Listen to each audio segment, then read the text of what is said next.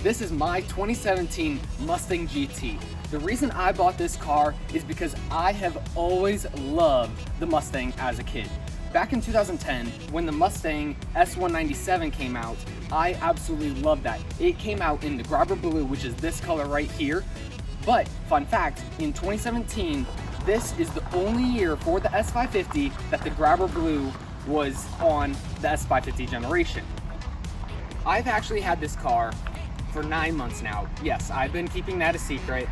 I've just had a lot going on, and now we're gonna talk through some details.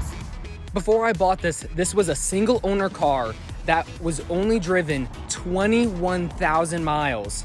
The previous owner, it was basically their weekend grocery getter, and it was the wife who primarily drove it. Then, the reason why they traded it in is because they wanted the new S650. The salesman that sold it to me, he is actually the exact same salesman that sold it to those customers new in 2017.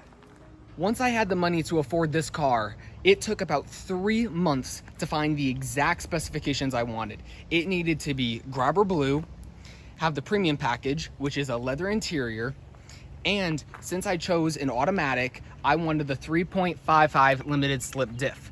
What that is it is gonna allow for the best acceleration when it's not a performance pack. Since this car is from Philadelphia, Pennsylvania, the cost to get out there and come back with hotels, food expenses, we decided to have this shipped back to our home in Indiana. It only cost us $950. So here at the back, one thing to tell apart from the first gen of the S550 and the second gen of the S550 is this lower diffuser. The lower diffuser, you get that little blue piece in the middle versus the new one is all black across. You also get a quad exhaust instead of a dual exhaust, and how to tell apart from the back if it is a premium or a base is going to be the colors. So you can see there in the middle, it's blue and then black, but on a base, it's all body color. Then another way to tell apart the Gen 1 versus the Gen 2 is gonna be here at the front. These headlights, this is the Gen 1, but the Gen 2, it cuts it off right here, and then also down in here, the shaping changes as well. All right, then on the interior, got the black leather interior with the automatic transmission, so it is still a 6-speed. Once they redesigned it for the Gen 2, it went to a 10-speed automatic. This does have paddle shifters, which is a lot of fun to operate. Then the gauge cluster. On this generation, it's the analog gauges, but on the next one, you could option for the digital gauges. So how to tell apart if it's a performance pack or not is the performance pack, you get 2 gauges right here. I believe it is oil pressure and the vacuum gauge. I believe those are the 2, but they go right there. Down here, you've got your hazards, traction control, which you have to hold for about a second, your steering modes, and then your performance modes. So you got Sport, Sport Plus, Track, and Wet and Snow. Another feature I absolutely love on the S550 is the ambient lighting. Here on the door sill, you can change the Mustang in the door handles, the footwells, and the cup holders. You can change the ambient lighting in all of those locations to anything from red to purple.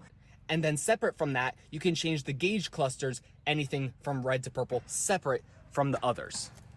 So everybody says the backseat of Mustangs is extremely tight. Well, I'm about 5'10", 5'11". Let me show you.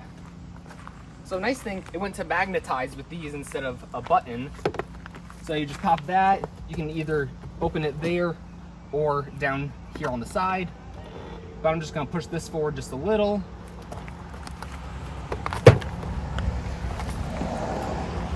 And yeah, it's not too bad. My head does touch the window, but overall, we'll put that back. Bring this back to normal position. Yeah, it's, for somebody my size, it's not too bad. So 2 things I had to get used to was first, how long this hood is. That took some real getting used to. But Once I got used to it, it is totally fine. Another thing that I actually found weird at first was the mirrors are actually smaller than typical ones. Then it was that little added bit in the corner. I was like, okay, this is odd, but now that I've gotten used to it, it is so useful. As I know, a lot of you are probably wondering what modifications are going to come. I've actually modified a few things. So first, I got undercoating on this that is supposed to last up to 10 years to prevent it from rusting. And then on the interior, I got the high-tech WeatherTech floor mats, which have been holding up so well and keeping the floor nice and clean. So for future plans, what I'm thinking is more on the aesthetic side. Then first off, I'm gonna do the front splitter here, get it with a nicer big one. Then the hood vents here, go those in black, along with the mirrors and the roof. Then the spoiler back here, for starters, I'm gonna wrap that in black. If I'm not loving it, then I will look into ones that have the same bolt pattern as this one here.